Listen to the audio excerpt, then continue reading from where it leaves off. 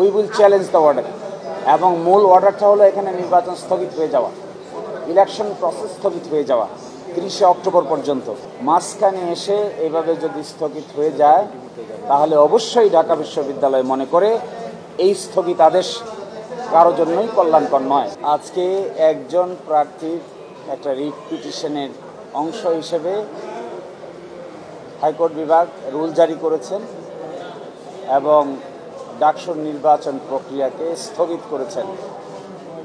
আমরা in the mean time বিশ্ববিদ্যালয় কর্তৃপক্ষের সঙ্গে কথা বলেছি এবং ডিসাইড করেছি যে এই আদেশের বিরুদ্ধে দ্রুততম সময়ের মধ্যে আমরা চেম্বার জজের আদালতে স্টেজ এ আপিল মামলা দায়ের করব।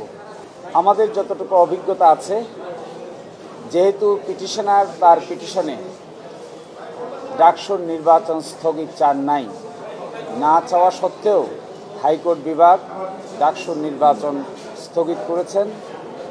এটা অনেকটা নজিরবিহীন। অনেক প্রস্তুতি শেষ হয়ে গেছে। আমরা ফাইনাল ক্যান্ডিডেট ঘোষণা করেছি 26 তারিখ, তারপরেও আরও 5 দিন চলে গেছে। এই প্রেক্ষিতে এই নির্বাচন প্রক্রিয়াটা স্থগিত করাটা বিশ্ববিদ্যালয় কর্তৃপক্ষ মনে করছে যে এর মাধ্যমে নির্বাচন প্রক্রিয়াটা যদি স্থগিত থাকে তাহলে ছাত্রদের মধ্যে প্রতিক্রিয়া তৈরি হতে পারে। এই জন্যই ইন দ্য মিন টাইম আমরা সিদ্ধান্ত নিয়েছি যে যত দ্রুত সম্ভব ঘন্টা মিনিট হিসাব করে আমরা চেম্বার জজের আদালতে হাইকোর্টের এই আদেশ স্থগিত চেয়ে একটা সিভিল মিসসেলেনিয়াস পিটিশন দায়ের করব। ইন দ্য মিন টাইম আমি বিশ্ববিদ্যালয়ের ছাত্রসহ সকলকেই অনুরোধ করব, বিশ্ববিদ্যালয়ের প্রশাসন যেন তারা একটু ধৈর্যের পরিচয় দেন।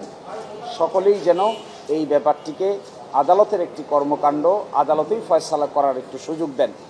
আশা করি আমরা উচ্চ আদালতে আমরা আমাদের প্রার্থিত প্রতিকার পাবো, এটা আমরা প্রত্যাশা করি। সুপ্রিম কোর্ট রুলসে যে বিধান আছে সে বিধান আমরা খতিয়ে দেখছি এখনই।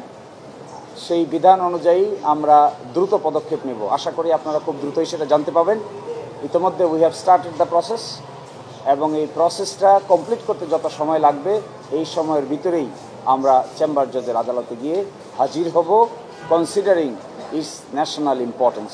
এই বিষয়টা জাতীয়ভাবে গুরুত্বপূর্ণ, সেই জন্য আমরা 1 মিনিটও কাল ক্ষেপণ করতে চাই না। আমরা বলছি যে হাইকোর্ট সুপ্রিম কোর্ট রুলসে একটা প্রসেস আছে, এই প্রসেসটা যদি সম্পন্ন করতে পারি তাহলে যাব, যদি সম্পন্ন করতে সে একটু সময় লাগে তাহলে কালকে যাব।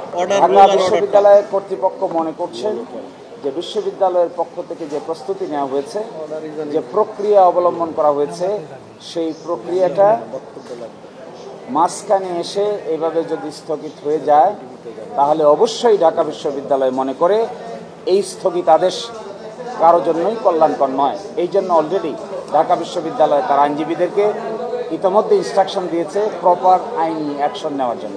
পিটিশনারের আইনজীবীর কাছ থেকে আপনারা সেটা শুনবেন। They have obtain the order, we will challenge the order. এবং মূল অর্ডারটা হলো এখানে নির্বাচন স্থগিত হয়ে যাওয়া, ইলেকশন প্রসেস স্থগিত হয়ে যাওয়া 30শে অক্টোবর পর্যন্ত। এই সময়ের মধ্যে আমরা ইমিডিয়েট অ্যাকশন নিব। আশা করি আজকে অথবা আগামীকালকে আপনারা আইনি পদক্ষেপ দেখতে পাবেন। ততক্ষণ সকলেই ভালো থাকুন।